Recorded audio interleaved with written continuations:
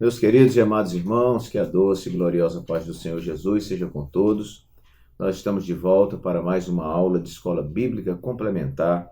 Esta aula que tem um compromisso com a poderosa, infalível e inerrante Palavra de Deus. Eu sou o pastor Walter Pereira e semanalmente, todas as segundas-feiras, nós estamos disponibilizando em nosso canal o comentário da revista de adultos, publicada trimestralmente pela Casa Publicadora das Assembleias de Deus.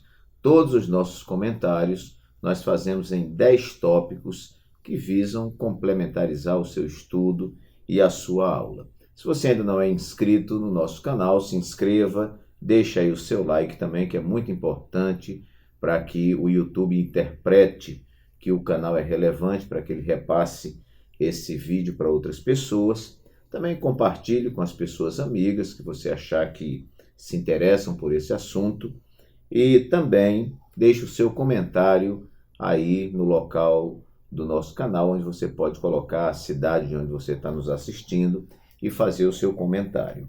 Muito bem, queridos irmãos, nós estamos estudando a lição o Deus que governa o mundo e cuida da família, os ensinamentos divinos nos livros de Ruth e Esté para a nossa geração. Já estudamos a lição número 1, duas importantes mulheres na história de um povo, o livro de Ruth, que foi a segunda lição, terceira lição, Ruth e Noemi entrelaçadas pelo amor, e agora a lição número 4,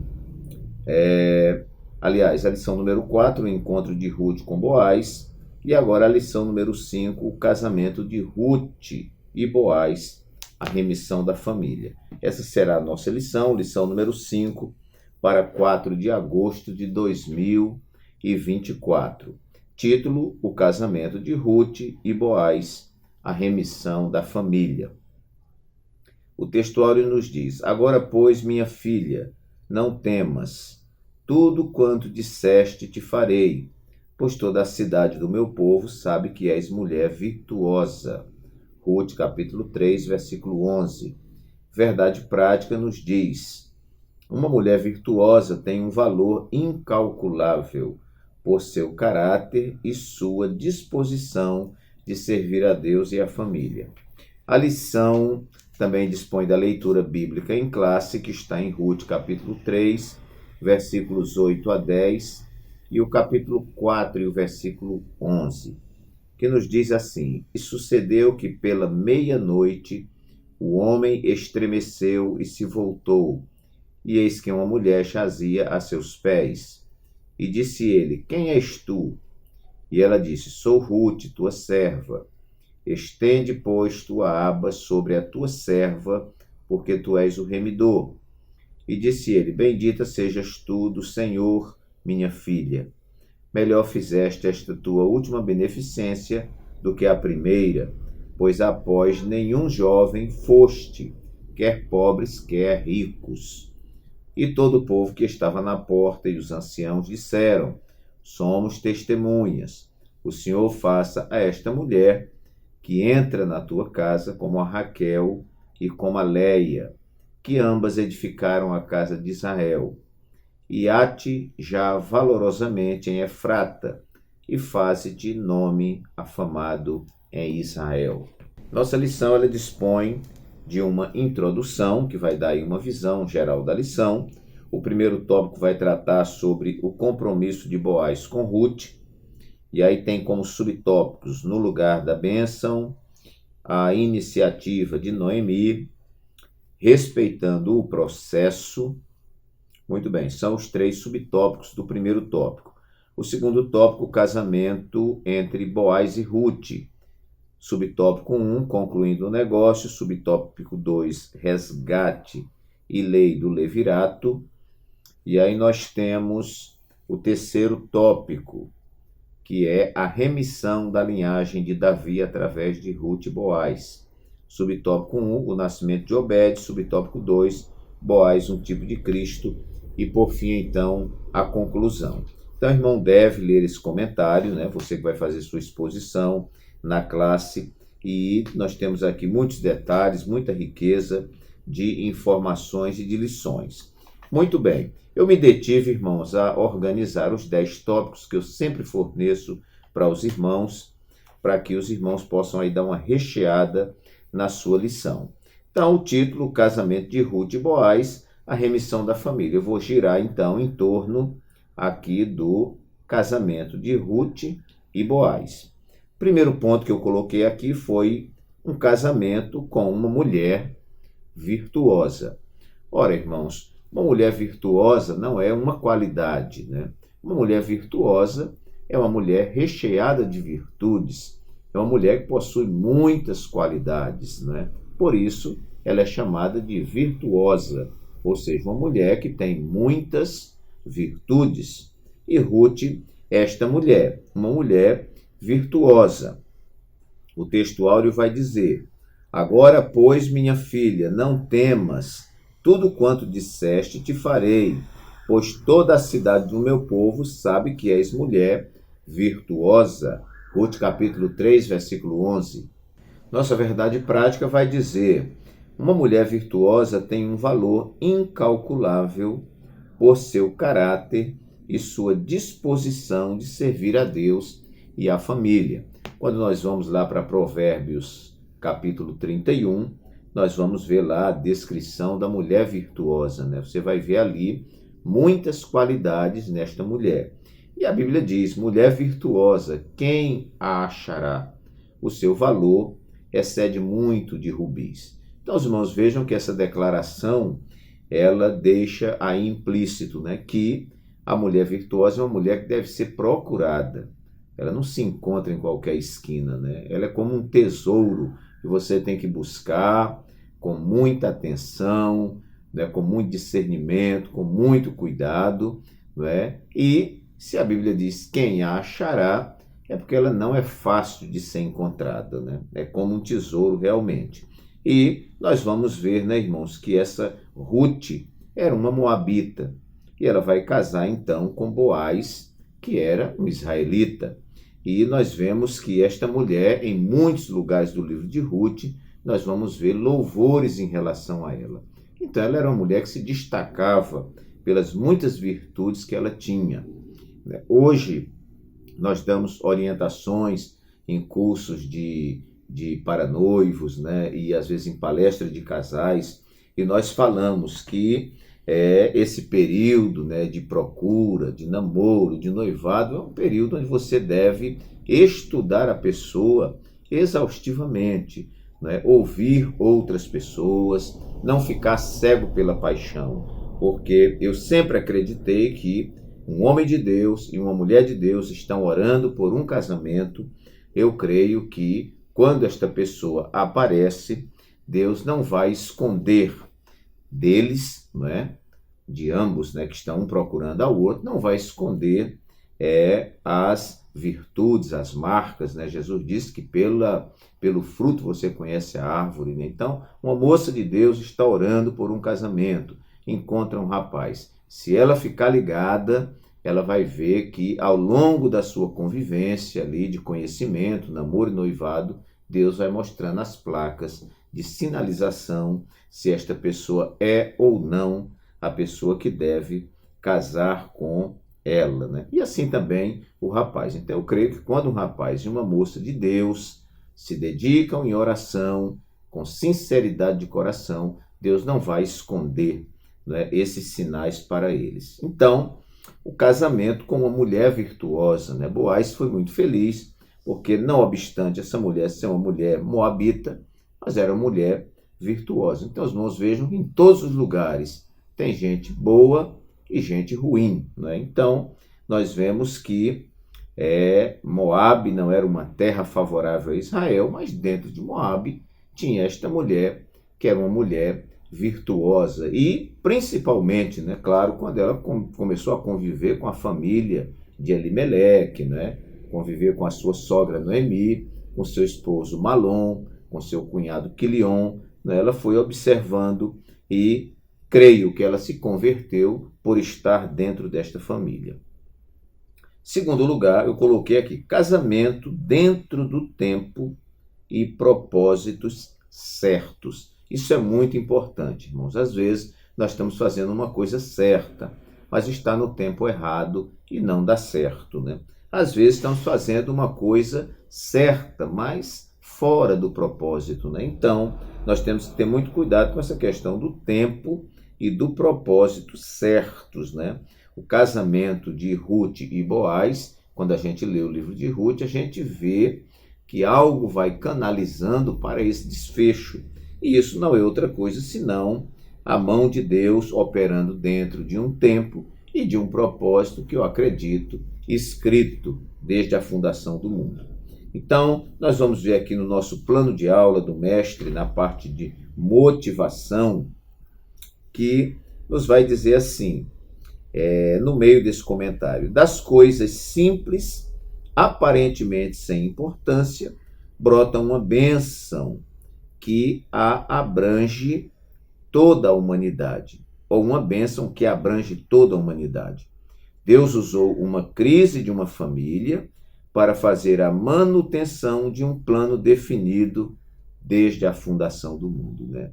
O que era simplesmente a fuga de uma família para se livrar da fome, né? Indo para as terras de Moabe. Lá em Moabe, essa moça Ruth entra nessa família e nós vamos ver esse desfecho final aqui. Muito bem. Na parte aqui do plano de aula, ainda na sugestão, nós temos aqui uma outra observação que diz: o que é mais fácil quando aguardamos uma promessa? Crer em meio ao contexto completamente contrário ao que foi prometido? Ou esperar o tempo necessário, dias, meses, anos ou décadas, para ver se concretizar o que foi prometido? Ora, irmãos, você tem uma promessa de Deus, você tem uma certeza de Deus no seu coração, você tem uma palavra de Deus para você. E agora você que pensa que as coisas vão agora convergir, vão conspirar favoravelmente, né? Você verifica que parece que tudo está ao contrário. Eu digo sempre que é como quando você pega um carro e entra numa rua e você vê todos os carros vindo de lá para cá. Você fica desconfiado. Será que eu estou na contramão? Né? Mas quando daqui a pouco você vê uma placa apontando para cá, ou vê um carro que está também indo na mesma direção, e você se convence que esta é a direção. Então, meus queridos, eu já falei em um vídeo nosso passado aqui. Nem tudo que está dando certo quer dizer que Deus está nesse negócio. E nem tudo que está dando errado quer dizer que Deus não esteja nesse negócio, não esteja nesse processo. Quando nós vemos o início da história dessa família abençoada, Elimeleque, sua esposa Noemi, seus filhos Malom e Quilion saindo da terra do pão, né?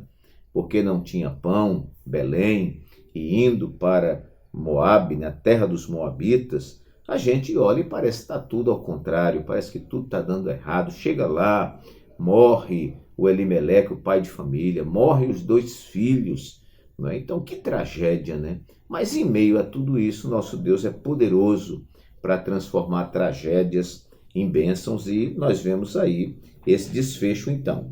Ainda no plano de aula, na conclusão, diz assim: o casamento entre Boaz e Ruth nos ensina que Deus usa as coisas simples para fazer cumprir um plano muito maior. Também temos a lição de que é necessário aprendermos a esperar o tempo e aguardar o processo devido para alcançar a promessa. Irmãos, trabalhar no tempo de Deus, que não é o tempo cronos de relógio, é o tempo kairos, eu tenho que ser bastante honesto, não é fácil. Balança as nossas estruturas, mas nós temos uma palavra de verdade para o nosso coração. E nós temos que aprender a viver neste tempo de Deus e dentro desse propósito. Os irmãos, vejam, me veio agora, né, aqui à mente Romanos 8:28, que vai dizer: todas as coisas, todas, cooperam para o bem daqueles que amam a Deus e são chamados segundo o seu propósito. George Miller, ele dizia que de 1000 coisas que acontecem na vida do cristão, não quer dizer que 999 contribui para o bem e uma vai contribuir para o mal. Ele diz: todas 1000 hão de contribuir para o bem. Então, um casamento dentro do tempo e propósito, né? Tudo isso que está acontecendo, se não for o propósito de Deus e o tempo de Deus, nós não sabemos o que é então. Bom, terceiro lugar eu coloquei casamento partindo de iniciativas. Há muitas coisas, irmãos, que nós temos que conquistar. Você tem que dar um primeiro passo, né? A Bíblia vai dizer lá em Salmo 37, se eu não estou enganado, versículo 23, diz assim que os passos de um homem bom são confirmados pelo Senhor e ele deleita-se no seu caminho. E sempre que eu prego sobre esse texto, eu digo, olha, uma caminhada ela é feita de passos, não é? Lao Tse dizia que você só caminha 1 milha se você der um primeiro passo. Então, esse primeiro passo fala de iniciativa, de proatividade, né? De ação. Às vezes nós ficamos esperando a coisa cair do céu e não tomamos uma iniciativa. E nós vamos ver aqui, em ligeiros momentos e partes aqui da nossa lição, algumas iniciativas, né? Noemi não fica parada, Ruth também não fica parada. Então, nós vamos ver aqui no primeiro tópico e subtópico 2, que nos diz assim, a iniciativa de Noemi. Os cereais colhidos eram levados para a eira, um terreno plano preparado para a debulha das espigas. Noemi soube que naquela noite Boaz faria aquele trabalho. Era uma grande oportunidade para Ruth se aproximar dele e demonstrar seu interesse em ser remida. Sem que fosse notada, Ruth deveria esperar que Boaz se deitasse, lhe descobrir os pés e deitasse discretamente. Então, Ruth faz tudo isso, não é? Segue o conselho da sua sogra, Noemi, que tomou esta iniciativa. Ela vai, se deita aos pés dele, né? Lá de madrugada ele vê aquela mulher deitada nos pés, né? Ela pede para que ele jogue a capa sobre ela, e ela seria um sinal de amparo, de remissão, não é? E nós vamos ver também aqui no subtópico 3, ainda do tópico 1, que diz assim, respeitando o processo. Nós vamos ver aqui algo em torno dessa iniciativa. Para encontrar-se com Boaz, Ruth deveria banhar-se e perfumar-se e vestir sua melhor roupa. Assim como não exclui a ternura, a santidade não despreza a beleza, desde que com simplicidade, em pureza e moderação. Então, meus queridos, nós vemos aqui Ruth tomando todas essas iniciativas. Eu até digo hoje para os jovens, né, que pretendem casar, eles precisam tomar iniciativas. Às vezes um jovem passa a vida inteira, não encontra uma namorada, não tem uma noiva, porque também não se mexe, né? Hoje estamos vivendo uma geração de homens aí que parece que as mulheres que tem que falar namoro para eles, que eles não têm coragem de se levantar e falar namoro com uma moça. Ou estão ali agarrados na barra da saia da mãe, né? Precisa a mãe ir lá falar com a moça que ele não tem coragem. Então nós estamos precisando que se levante aí uma geração de homens com iniciativa, e muitas vezes leva isso para o casamento, e a esposa fica esperando que esse marido tome uma iniciativa, que ele encabece o seu lar, e muitas vezes esse homem não toma iniciativa, não encabeça o seu lar, e a mulher muitas vezes tem que estar fazendo a tarefa que é do homem. E eu já falei em vídeos anteriores que não adianta o homem tentar fazer o que é o papel da mulher, nem a mulher tentar fazer o que é o papel do homem. Cada um tem o seu papel, está descrito na palavra. Cumpra bem o seu papel, varra à frente da sua casa, e se todos varrerem à frente da sua casa, a rua vai ficar limpa. Então, um casamento partindo de iniciativas. Vamos para o tópico 2 e subtópico 1, que diz assim, Ruth teve a iniciativa de sugerir a Boaz que exercesse o papel de remidor, conforme o costume da época, mas era fundamental que ele superasse o obstáculo que havia, que era a preferência do parente mais próximo. Boaz agiu rapidamente, também a iniciativa, como Noemi havia dito, sossega, minha filha, aquele homem não descansará até que conclua hoje este negócio. Todo homem deve ser preparado para tomar iniciativas na vida, principalmente quando o assunto for casamento e vida conjugal. A liderança masculina pressupõe atitude, amor responsável e honra à mulher como vaso mais fraco. Muito bem. Então, um casamento partindo de iniciativas. Em quarto lugar, um casamento precedido de fidelidade. Nós vamos ver ao longo do livro de Ruth muitos pontos que falam de fidelidade. Não é? A fidelidade de Ruth à sua sogra Noemi, a fidelidade de Noemi para com Ruth, a fidelidade de Ruth para com Boaz, a fidelidade de Boaz para com Ruth. Nós vemos esta palavrinha fidelidade, né, muito presente dentro desse casamento. Tópico 1 e subtópico 1. Nós vamos ler aqui no lugar da bênção. Diz assim: a colheita da cevada e do trigo havia terminado, e Ruth permanecia servindo a Noemi e lhe obedecendo em tudo, isto é, obediência e a fidelidade. Seu lema era: tudo quanto me disseres, farei. Ruth teve oportunidades fora de casa, mas não se aventurou por parte alguma como se fosse autônoma e independente. Não buscou falsas liberdades, como as que são pregadas hoje pela ideologia feminista. Mais embaixo nós vamos ver um pequeno comentário que diz: a bênção de Ruth estava chegando e ela permanecia no lugar certo. Coisa boa é quando a bênção chega e te encontra no seu lugar. Eu tenho dito sempre que pior do que não receber a bênção é a bênção chegar e não encontrar você no seu lugar. Então, um casamento precedido de fidelidade. Você pode procurar mais algumas coisas no livro aí e você rechear esse tópico. Também esse casamento de Ruth e Boaz foi um casamento onde cada um cumpriu bem o seu papel. Nós vamos ver Noemi cumprindo bem o seu papel como conselheira, como orientadora, como uma mulher mais velha, como uma mulher de discernimento espiritual, uma mulher mais madura, né? Muito bem, nós vamos ver Ruth cumprindo também muito bem o seu papel.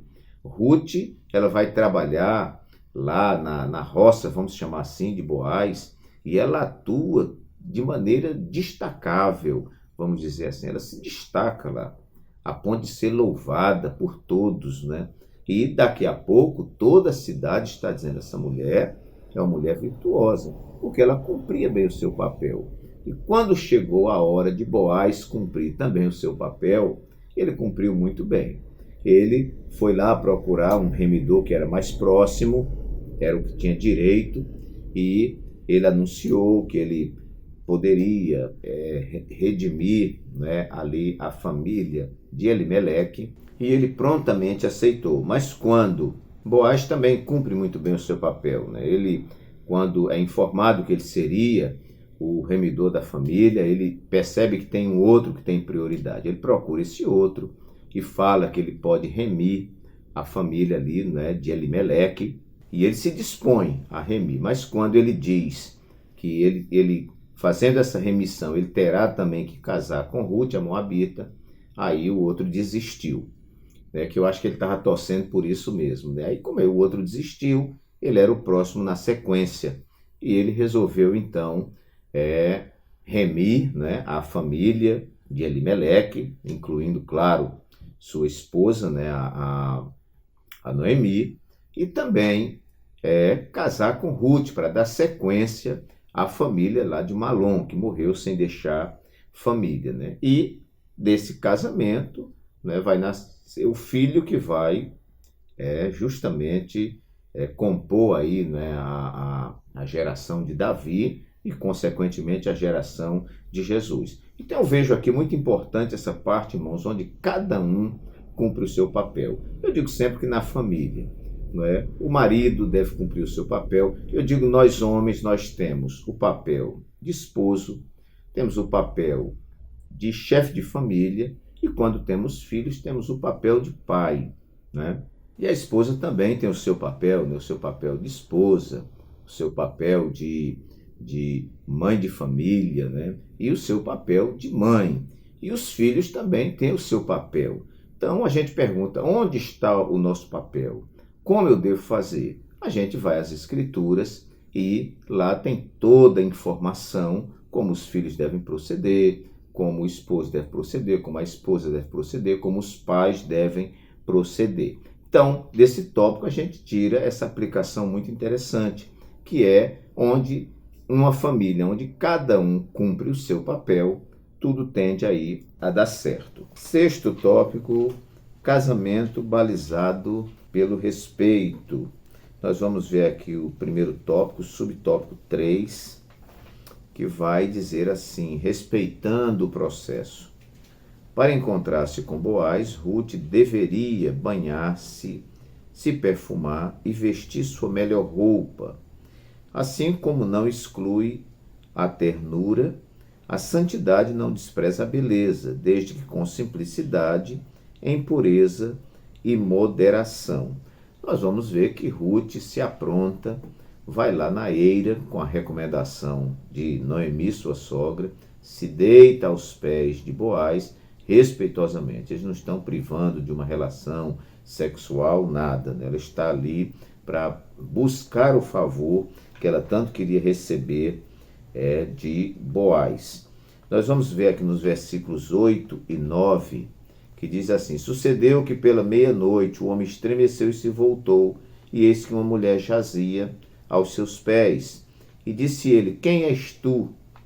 E ela disse, sou Ruth. Ela não mentiu. Sou Ruth, tua serva. Estende, pois, tua aba sobre a tua serva, porque tu és o remidor. Então nós vamos ver nesse casamento, em todo esse processo, irmãos, muito respeito, né?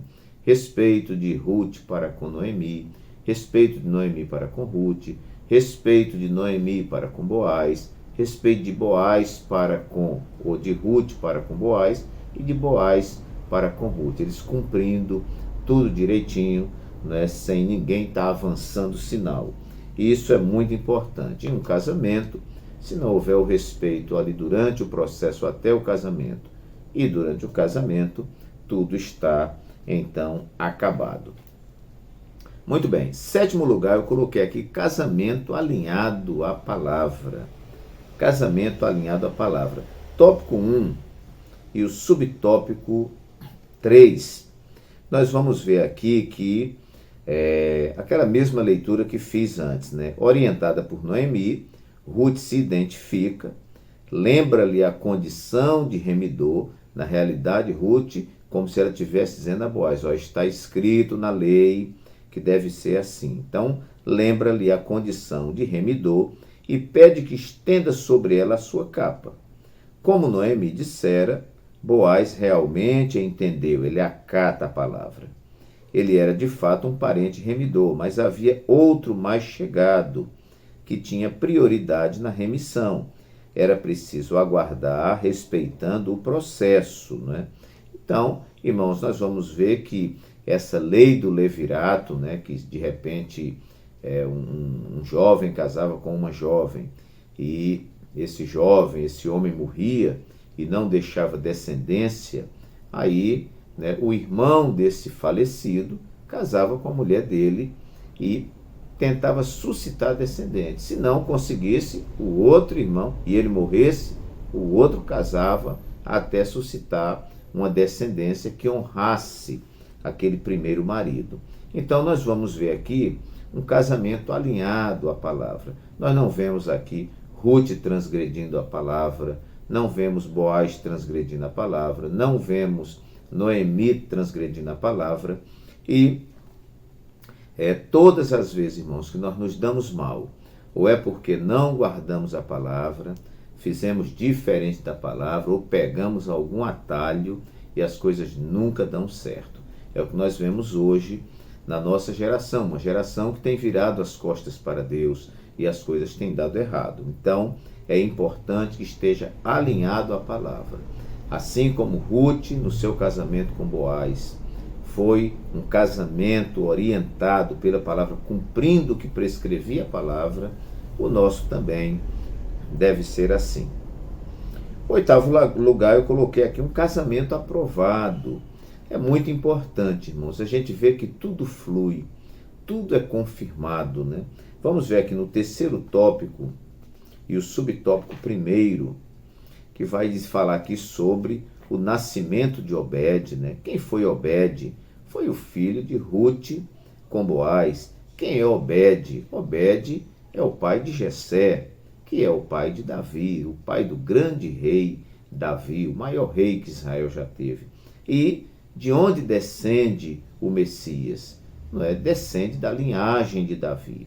Então nós vamos ver aqui tudo sendo confirmado, né? Tudo sendo aprovado, tudo direitinho, né? Vamos ver aqui também no versículo 11 da nossa leitura, que diz assim: todo o povo que estava na porta e os anciãos disseram: somos testemunhas. O Senhor faça a esta mulher que entra na tua casa como a Raquel e como a Leia, que ambas edificaram a casa de Israel, e ate já valorosamente em Efrata, e faze-te nome afamado em Belém. É importante notar que aqui esses 10 homens selecionados, né, homens de fibra, né, homens de respeito, eles estão, vamos usar na nossa linguagem moderna, estão aplaudindo aquele relacionamento de Boaz com Ruth, tendo em vista esta mulher, apesar de moabita, né, mas uma mulher que era virtuosa, né, e assim nós vemos essa confirmação. O povo é israelita e está aprovando este casamento de Boaz com uma moabita, né? Muito bem. Vamos ver aqui também no tópico 2 e os subtópicos 2 e 3. Tópico 2, subtópicos 2 e 3, né? Veja, Boaz foi para a porta da cidade e logo viu o remidor que ia passando. Não seria este mais um ato da providência divina? Vamos dizer, da aprovação divina? Boaz o convidou para tratar do assunto que lhe inquietava e chamou 10 homens importantes da cidade para testemunharem o ato. E aqui no subtópico 3 nós vamos ver o registro público, né, que diz assim: seguindo mais um dos costumes da época, a transferência do direito de resgate foi selada com o remidor, descalçando o sapato e entregando a Boaz. Quando alguém se recusava a fazer esse papel de remidor, ele tirava os sapatos, né, ou eram tirados os seus sapatos, né, e era entregue. No caso, a lei vai dizer lá que se a pessoa recusasse, né, tirava os sapatos daquela pessoa, a mulher cuspia no rosto dele. Aqui não aconteceu. Eu creio que é porque chegou o Boaz que se propôs a ser. Então ele só fez uma transferência. Ele tirou os seus sapatos e entregou a Boaz, cumprindo aqui tudo direitinho. E nós estamos vendo aqui a confirmação. Tudo confirmado e tudo aprovado. Vamos então para o nosso 9º tópico, irmãos. Um casamento somativo. Eu sempre que ministro para casais, eu falo muito sobre isso, né? Lá em Eclesiastes 4, está escrito assim: é melhor serem 2 do que 1, porque eles têm melhor paga do seu trabalho. Ou é melhor serem 2 do que 1, porque eles têm melhor recompensa do seu trabalho. Então, um casamento, ele sempre deve ser somativo. Quando a gente casa com alguém, casa para fazer a outra pessoa feliz, fazer a outra pessoa melhorar, e que a outra pessoa nos faça melhor. Afinal de contas, você estava só, e agora você tem uma outra pessoa que soma em diversos aspectos. E aqui, meus queridos, independentemente do que está relatado na lição, eu trouxe esse tópico porque nós vamos ver que tudo melhora para a vida de todos. Isso é importante. Isto eu digo, um casamento de Deus. Você vai ver que esse casamento soma na vida de Boaz? Soma. Eu creio que Boaz fosse um solteirão, era solteiro, não tinha uma esposa, agora ele tem uma esposa, somou. E tem uma mulher virtuosa. Aquele que encontrou uma mulher virtuosa encontrou um tesouro. Na vida de Ruth houve uma soma? Houve. Ela agora é uma mulher amparada, tem o seu esposo e agora vai ter um filho, né? E eu creio que ela vai usufruir daquilo que Boaz tinha. Boaz era um homem rico, vamos dizer assim. E a Noemi lucrou com isso também, ganhou com isso, ganhou também. E Israel ganhou, Israel também ganhou. Então, meus queridos, fica essa grande lição para nós. Num casamento, você precisa verificar se você está melhorando ou se você está piorando. Essa pessoa que está ao meu lado, no namoro, no noivado, no casamento, melhora, me melhora como pessoa, me melhora em todas as áreas e aspectos da minha vida, sim ou não. Há pessoas que entram na nossa vida para retardar, para atrasar, para jogar para trás, para diminuir, não é? Aí, muitas vezes, a pessoa se envolve com outra pessoa e daqui a pouco as suas relações familiares começam a ser deterioradas. A pessoa que vivia financeiramente equilibrada passa a viver desequilibrado financeiramente e parece que as coisas estão indo para trás. Não. A proposta de um casamento, não é? Lá no Antigo Testamento, Gênesis, o Senhor falou, não é bom que o homem esteja só. Far-lhe-ei uma adjutora para que esteja como que diante dele, para que ele seja correspondente. Deus criou a mulher para somar na vida do homem e vice-versa. Vamos então, meus queridos, para o nosso último tópico, tópico 10, casamento para a glória de Deus. Não é? Eu tenho dito sempre que tudo que você pedir a Deus deve de alguma forma contribuir para a glória dele. Se você quer ser curado, diga assim, Deus, eu quero ser curado para a glória do seu nome, glória do teu nome. Senhor, eu quero casar. Que este casamento não seja apenas para me satisfazer, seja um casamento para a glória do nome do Senhor. E esse casamento é para a glória de Deus, irmãos. Aqui na introdução da lição vai dizer, o livro de Ruth começa com fome e mortes, mas termina com duas grandes celebrações, o casamento de Boaz e Ruth e o nascimento de Obed, o avô de Davi. Nosso Deus é poderoso para reverter tragédias em bênçãos. O nome de Deus foi glorificado? Sim. Nós vamos ver também no terceiro tópico, nós vamos ver aí o nascimento de Obed, Boaz, um tipo de Cristo. Eu não vou ler aqui os dois tópicos, mas tudo isso vai mostrando que este casamento não foi apenas uma proteção para Noemi, uma proteção para Ruth, e de repente um bem-estar para Boaz, mas tudo isso aqui concorreu para a glória de Deus. Meus amados irmãos, desculpem, eu estou com a garganta assim bastante inflamada, ainda estou um pouquinho gripado, mas estou gravando esta lição pelo compromisso que tenho com você, pelo respeito que tenho com você. Então ficam aí esses 10 tópicos, Claro que você pega cada tópico desse, você pode dar uma aprofundada e sua aula, creio que vai ficar satisfatória. Deus te abençoe, até a nossa próxima aula, se Deus assim o permitir.